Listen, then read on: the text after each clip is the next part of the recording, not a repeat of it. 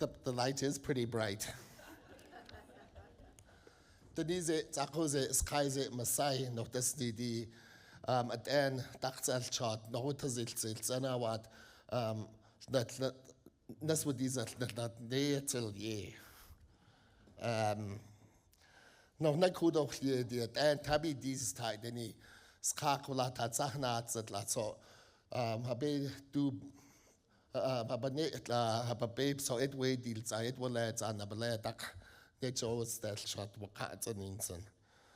The then out 36 years wa an bakats and it inside and cha out this would diesel jurisdiction yet needs and what and look no yet then and look no laws such clouds the daily 20 Hosai. So thank you very much, hereditary chiefs and chiefs, for attending the 36 years of CSFS's existence. I think somebody said 34, but in total it's 36. Prior to that, it was under the Tribal Council for 4 years. So it's an old organization. As Mary TG would know, it's her birthday today. Happy birthday, Mary. And thank you to all the elected chiefs for your support in moving this work forward. The work is really hard work, but it's also work from the heart because it's really rebuilding the families and the communities. And we're here as a tool for many of the chiefs and councils to advance the social well-being of our people. And it is like moving mountains, like Ronnie said, but it reminds me of the late Selena John, that if we're all collected, we can surely move mountains, and we have over the past 30 years plus, and will continue to move mountains.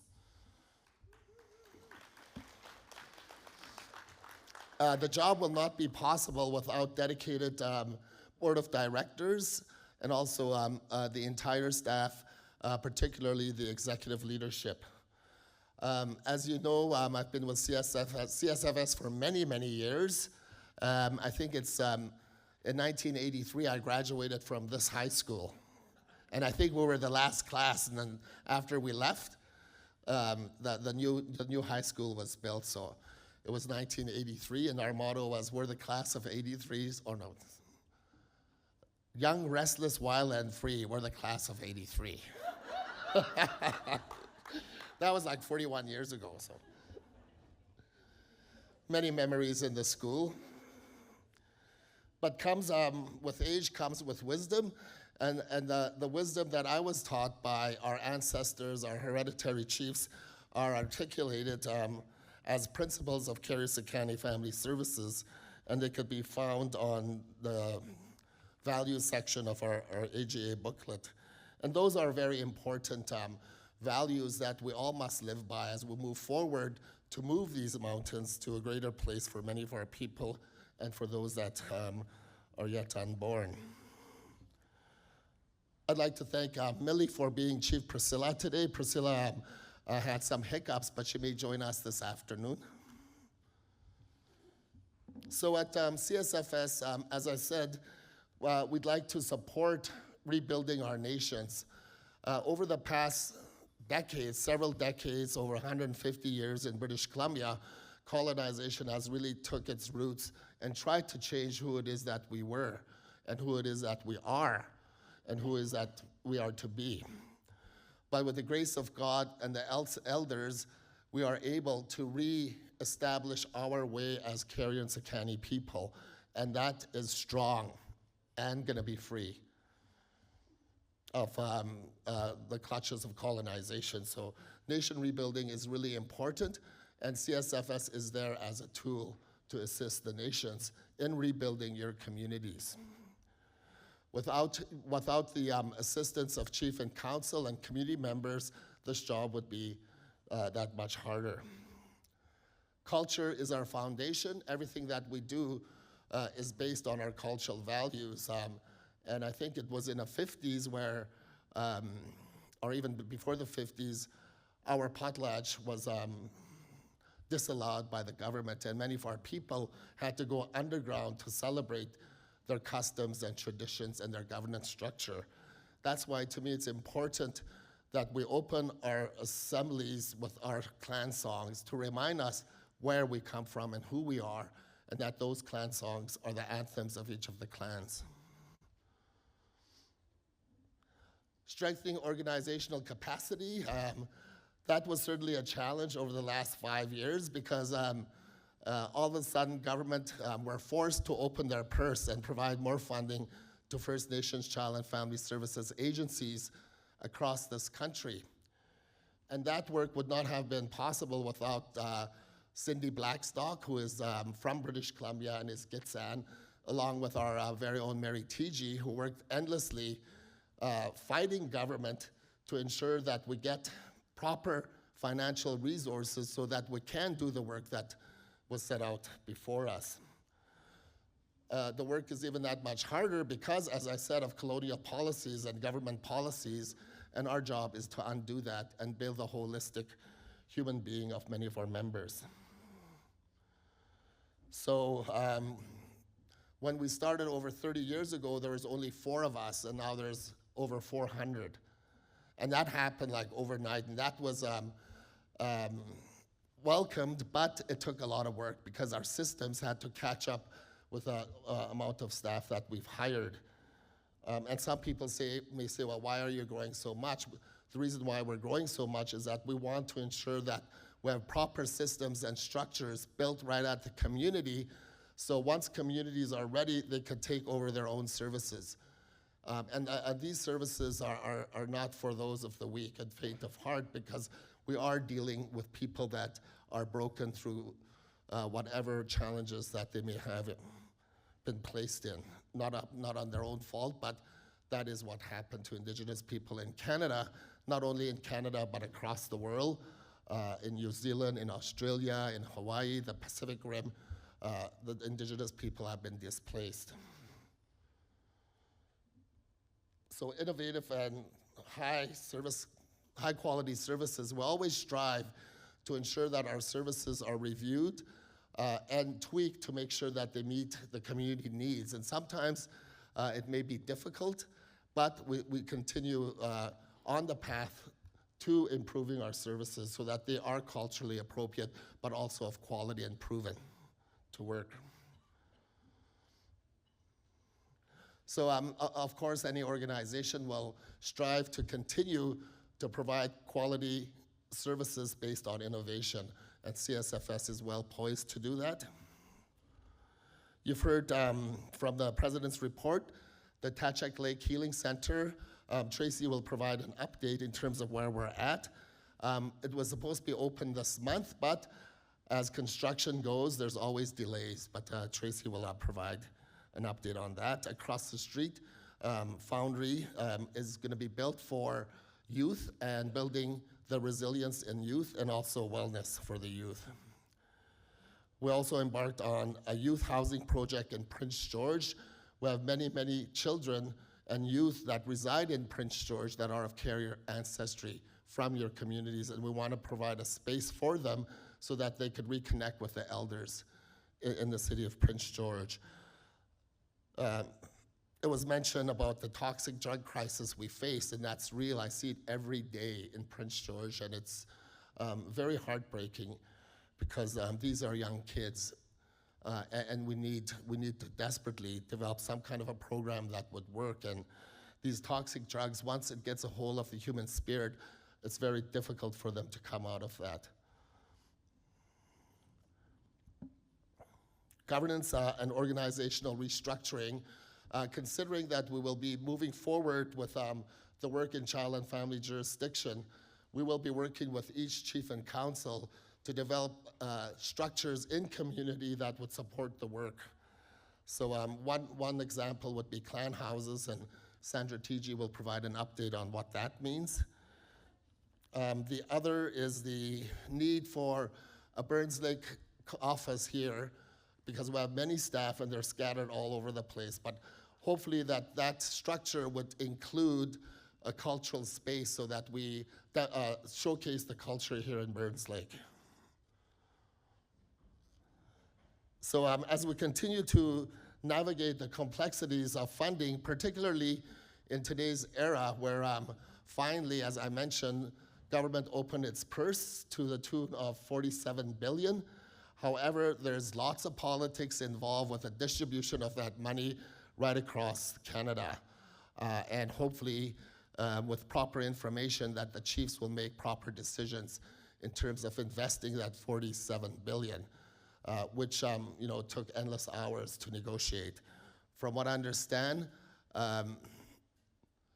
the offer of 5 billion was almost accepted by the AFN. If it wasn't for Cindy Blackstock and Mary, we would have been stuck with 5 billion and not 47 billion. So thank you, Mary.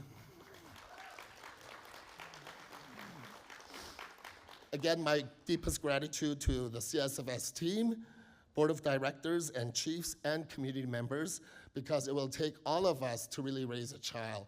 And we need to make sure that we have proper systems and structures to support that. And I'm proud to say that CSFS is one of the leading agencies in Canada.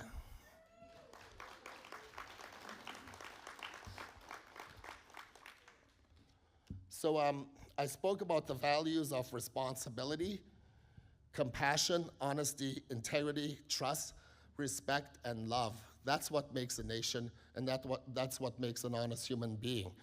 So with that, I have a symbol to remind, not that they already know, my executive team by gifting them with a feather. The feather, as you know in carrier custom, is chas, which is the plumes of the feather, and that is raised in a potlatch feast hall when a ceremony is going to be conducted or business conducted. And once it's over, the plumes are raised, and that means that's done. That work is done, and we have to move on. So first, these feathers are going to be, I'm going to give them to each of the EDs, starting with the birthday girl, Mary Tiji.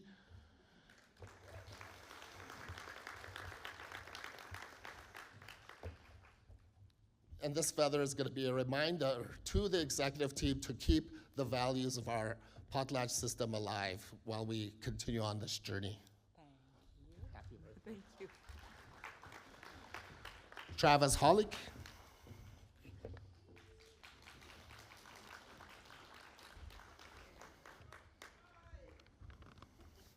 B-Sky is his name.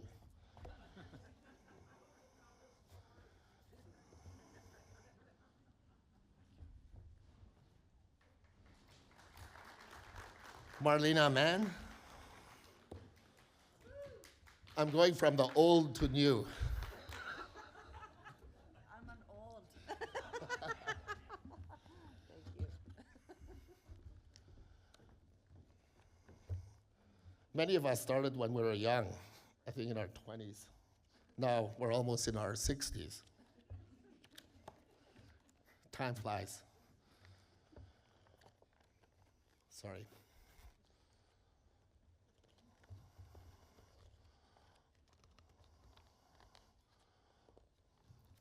Where's the org chart here?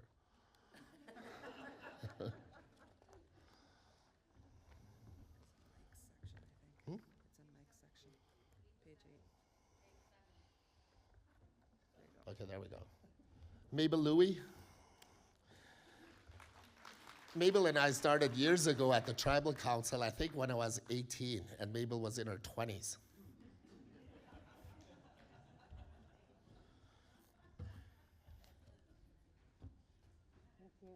As a kid, he bossed me around. Still does.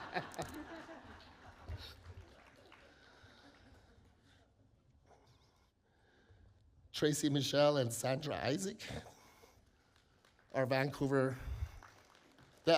I'm giving them the feather because they work directly in my office. We all need Roy Orbison glasses.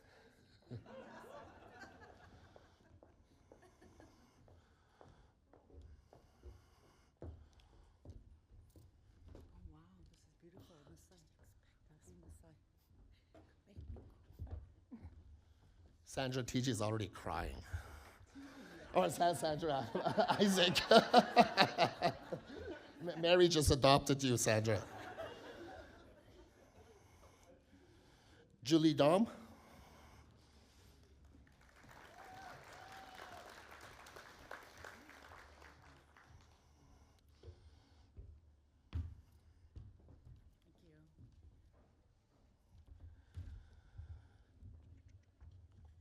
Okay, for the new kids on the block, but not so new, Kayla is the acting HR.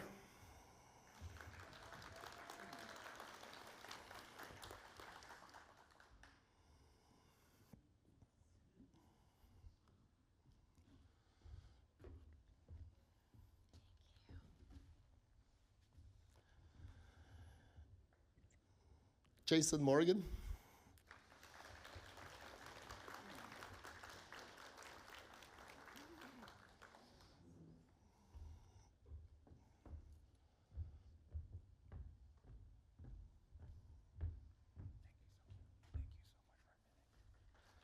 Jason just also finished his PhD, so now he's Dr. Jason Morgan,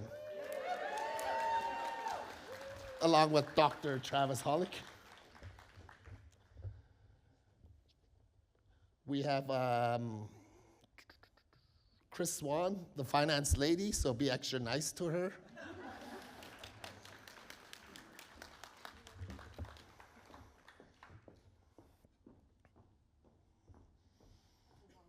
It is a long walk. Thank you so much, Warner.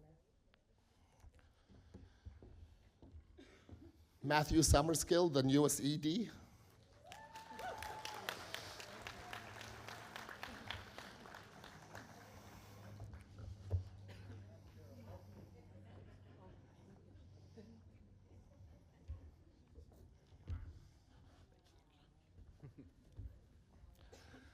I was thinking Matthew should be dressed up as David Bowie is tall enough for tonight.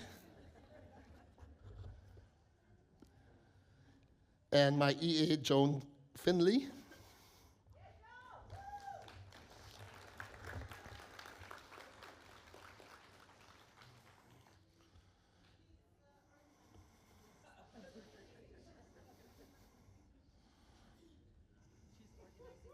Oh, she's organizing things, all right.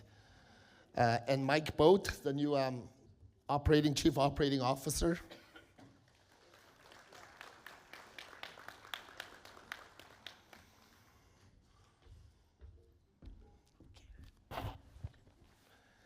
And our legal team, Kyle will not be able to make it, but Lincoln is here, so Kyle or Lincoln can come up.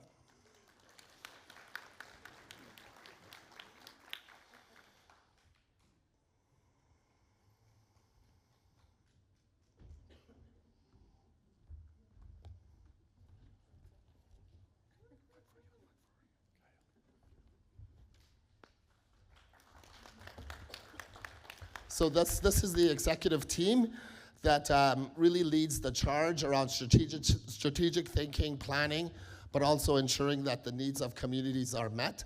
So the feather will be a reminder to them of the important work, which I already know that they know, but a symbol of appreciation so that they could demonstrate the values of our ancestors in making sure that we move mountains together. Masai Cha.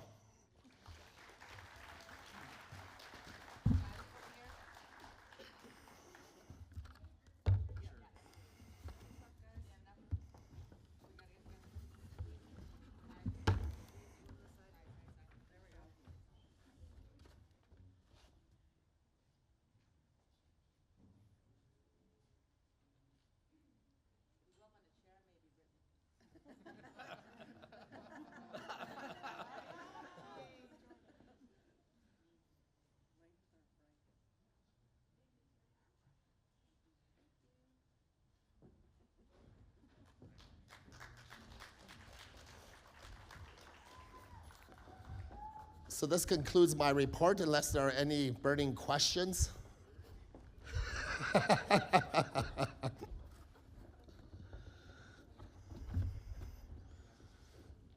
BG. Mike behind you, Billy.